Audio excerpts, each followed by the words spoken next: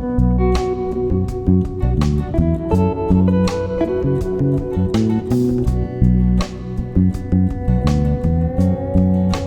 అండి, నేను మీ Jyothi. Welcome back to my channel లిత్కృతి స్వీట్ హోమ్. ఎలా ఉన్నారు? మీ అందరూ బాగున్నారా? నేను చాలా బాగున్నాను.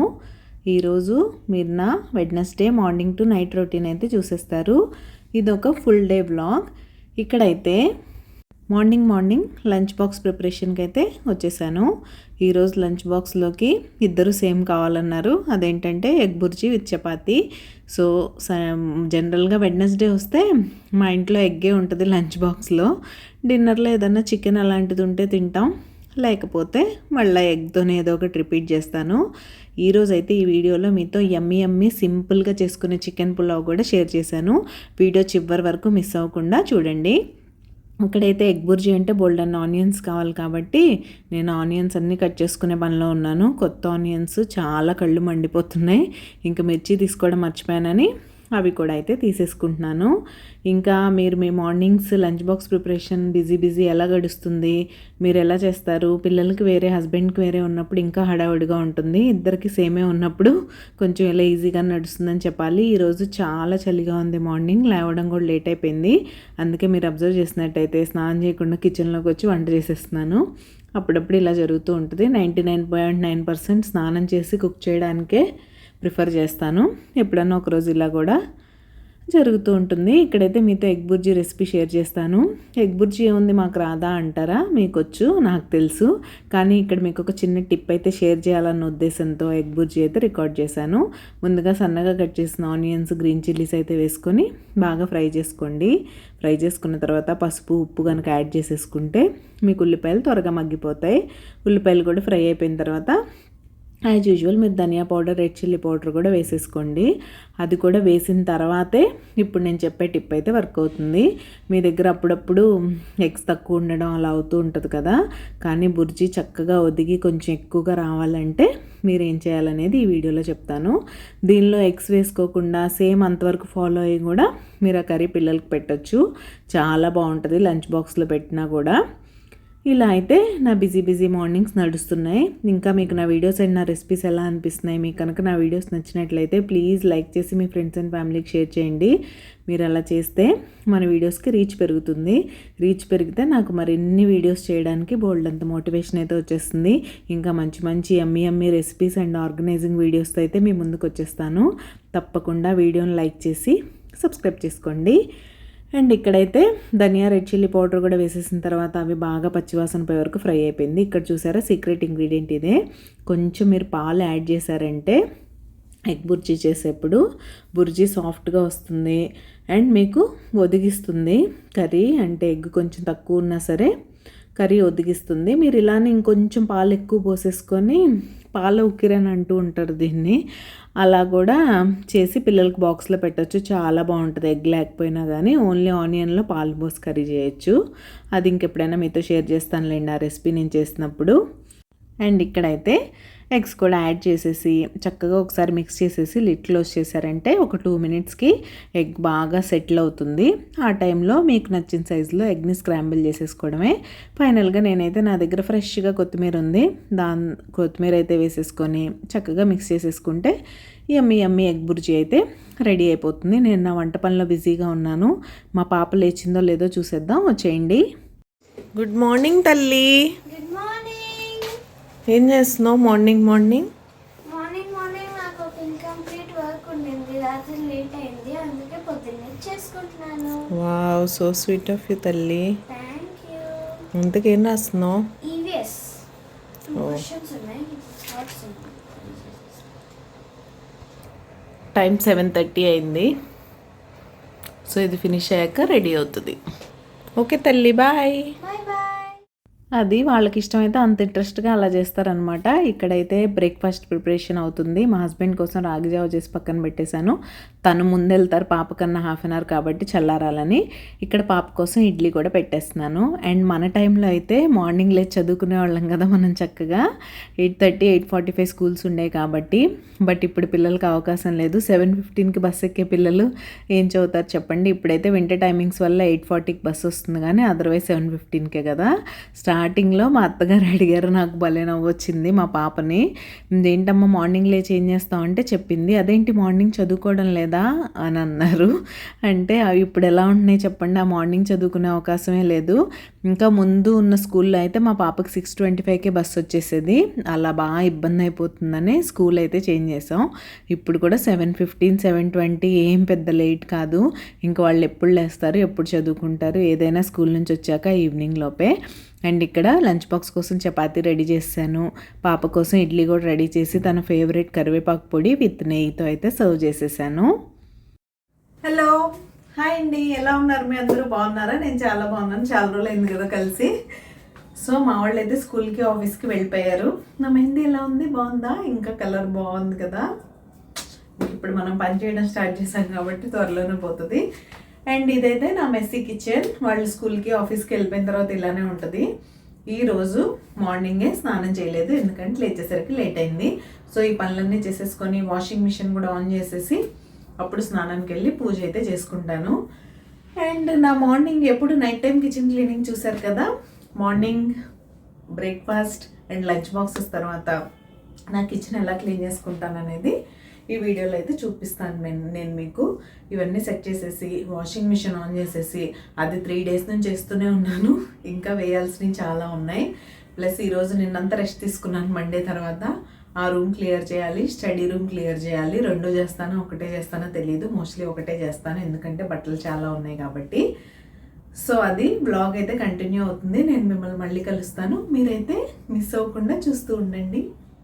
అండ్ ఇక్కడైతే నా కిచెన్ క్లీనింగ్ స్టార్ట్ చేశాను. ముందుగా లెఫ్ట్ ఓవర్స్ ఉంటాయి కదా, ఆఫ్టర్నూన్ వాళ్ళిద్దరు తీసుకెళ్ళిపోయారు. నాకు కూడా కర్రీ ఉంటుంది కదా, ఆ కర్రీని మిగిలిపోయిన ఆటాని ఆఫ్టర్నూన్ నేను కూడా రోటీయే తింటాను కాబట్టి మా హస్బెండ్తో పాటు నేను కూడా పిండి కలిపేసి పెట్టేసుకుంటాను 2 చపాతీకి.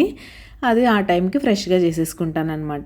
ఇలా అయితే ఆ లెఫ్ట్ ఓవర్స్ అన్ని బాక్స్లోకి తీసేసి నీట్గా ఎక్కడక్కడ సర్దేసి షింక్లో వేయాల్సిన షింక్లో వేసేసి ఈ ఉప్పు కారం ఆయిల్ కంటైనర్స్ ఇలాంటివి ఏమైనా ఉంటే వాటికి ఒక చిన్న వైప్ అయితే ఇచ్చేసి వాటి ప్లేసుల్లో నీట్గా సర్దేసుకున్నామంటే మళ్ళీ నైట్ డిన్నర్ వరకు నాకు కిచెన్తో పెద్దగా పని ఉండదు. ఆఫ్టర్నూన్ జస్ట్ సింపుల్గా లంచ్ నా వరకు రోటీ మాత్రం చేసుకుంటాను. రైస్ కావాలంటే రైస్ పెట్టుకుంటాను అంతే, చిన్న ఎలక్ట్రిక్ కుక్కర్లో.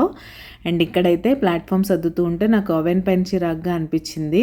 సరే, అది కూడా ఏదన్నా ఏరియా మనకు చూడగానే చిరాగ్గా అనిపించినా అన్ఆర్గనైజ్డ్ ఉన్నా అది అప్పటికప్పుడు చేసేస్తే 2 minutes పడుతుంది. దాన్ని ప్లాన్ చేయాలి అని పోస్ట్పోన్ చేస్తూ ఉంటే బోల్డంత టైము పట్టేస్తుంది, పని మాత్రం అవ్వదు. అలాగానే నేను ఎప్పుడు చూసింది అప్పుడైతే చేసేస్తాను. అండ్ ఇక్కడ నీట్గా గ్యాస్ స్టవ్ అటాచ్మెంట్స్ కూడా అన్నీ తీసేసి వాష్కి వేసేసి గ్యాస్ స్టవ్ కూడా నీట్గా తుడిచేసాను. అండ్ ఇక్కడ ఉన్న గిన్నెలు కూడా ఫాస్ట్గా కడిగేసాను. ఇంత ఫాస్ట్గా కడగలేదులేండి, నేను జస్ట్ ఫాస్ట్ ఫార్వర్డ్లో పెట్టాను అంతే. అండ్ ఇక్కడైతే నా క్లీన్ కిచెన్ రెడీ. ఈవినింగ్ వరకు ఇది ఇలానే క్లీన్గా ఉంటుంది. ఆఫ్టర్నూన్ నా కోసం 2 రోటీస్, మా పాప వచ్చాక ఏదైనా స్నాక్ మాత్రం చేస్తాను. అండ్ ఇదైతే నా క్లీన్ సింక్. ఇలా నా వంటింటి పని అయితే అయిపోయింది. ఇంకా స్నానం చేసేసి ముందుగా పూజ అయితే చేసేసుకున్నాను. పూజ చేసుకున్న తర్వాత ఎందుకో టిఫిన్ చేయాలనిపించలేదు. సరే ఈ బట్టల పని చూద్దాం కదా అని ఈ బట్టల పని చూసేసుకొని ఎర్లీగా ఈరోజు బ్రంచ్ చేశాను. అంటే అరౌండ్ 11:30కి లంచ్ బ్రేక్ఫాస్ట్ కలిపేసి రోటీ చేసుకొని తినేసాను. అలా ఉంటుంది అప్పుడప్పుడు. అండ్ ఇక్కడ నిన్నటి బట్టలు అయితే తీసేసి ఈరోజు వాషింగ్ మిషన్ ఆల్రెడీ అయిపోయింది. నేను చెప్పాను కదా ఇందాక ఆన్ చేస్తానని, ఒక రౌండ్ అయితే ఆన్ చేసి వెళ్ళాను. అది అయిపోయింది. ఇంకా బట్టలను అయితే ఆరపెట్టేసుకుంటున్నాను.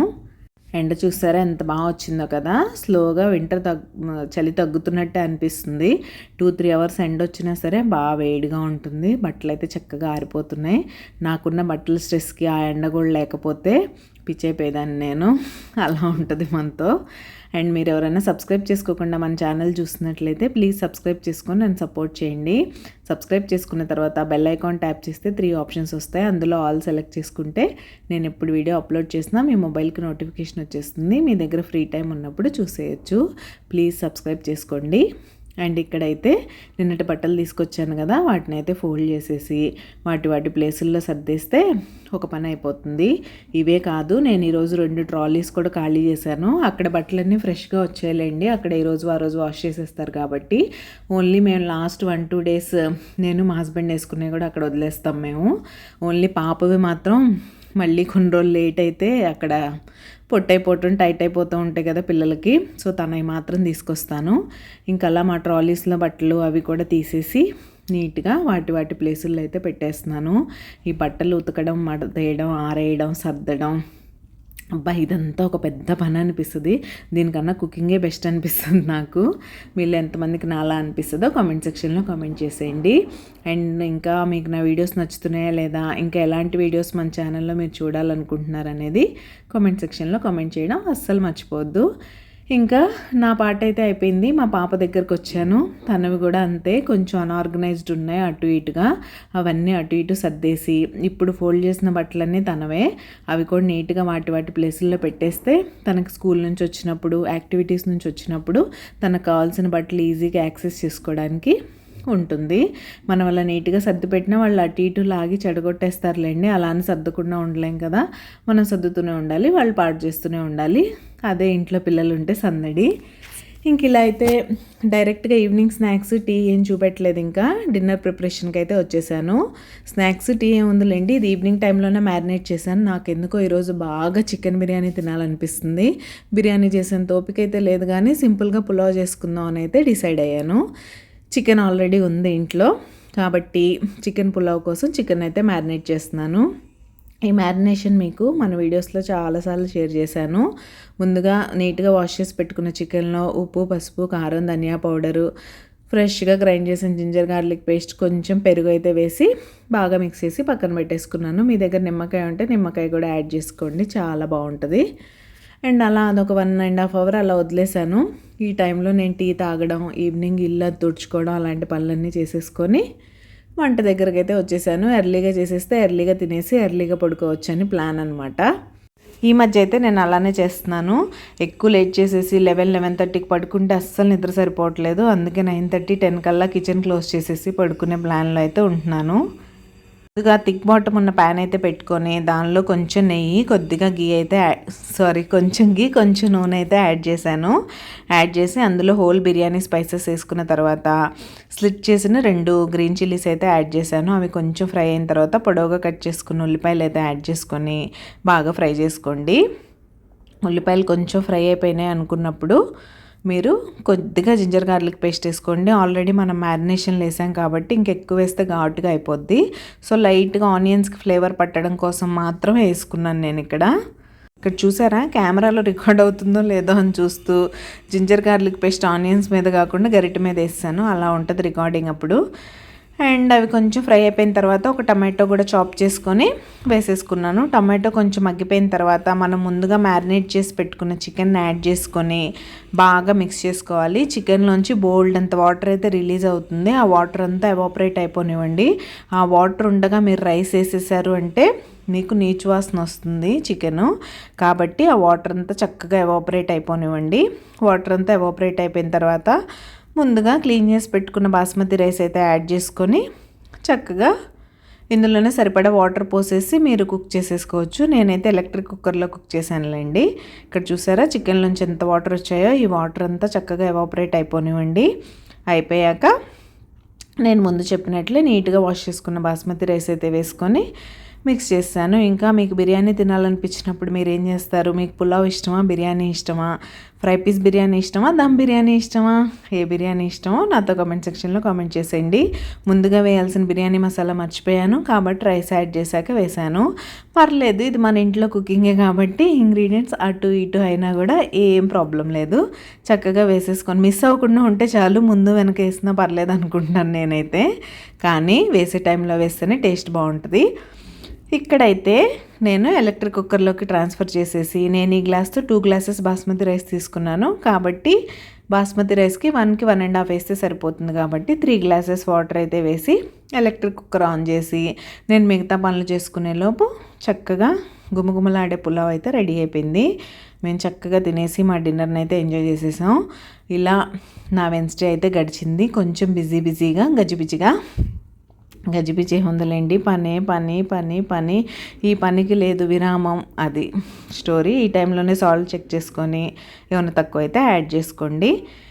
మా వెన్స్డే అయితే ఇలా గడిచింది. మీరు మీ వెన్స్డే ఏం చేశారు? ఏమన్నా నాన్ వెజ్ రెసిపీస్ చేసుకున్నారా అనేది నాతో కామెంట్ సెక్షన్లో కామెంట్ చేయడం అస్సలు మర్చిపోకండి.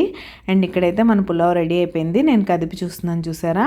ఇలా బాగా మిక్స్ చేసుకొని మా వాళ్ళకైతే ముందు సర్వ్ చేసి ఇచ్చేసాను. నేను దీనిలోకి రైతా అయితే చేశాను. రైతాతో తినేసాం. మాకు స్పెషల్గా గ్రేవీ కర్రీస్ ఏం అవసరం లేదు, సింపుల్గా అడ్జస్ట్ అయిపోతాం. సో అలా మా వాళ్ళకి పెట్టేసి నేను కూడా బిర్యానీ అయితే ఎంజాయ్ చేసేసాను. మీరైతే కామెంట్ చేయడం మర్చిపోకండి. యమ్మీ చికెన్ పులావ్ రెడీ అయిపోయింది. క్రేవింగ్స్ వస్తే తినేయాలి. సో ఇప్పుడైతే టేస్ట్ చేద్దాం. ఇంకొకటి సాఫ్ట్గా ఉడికింది. చాలామందికి ఇలా పులావ్లో చికెన్ పీసెస్ వేసేస్తే స్మెల్ వస్తాయి అని అనుకుంటారు. అలా ఏం ఉండదు. ముందే మ్యారినేట్ చేసి పెట్టుకొని మనం ఫ్రై అవనిచ్చాం కదా ఆయిల్లో, స్మెల్ అంతా పోతుంది.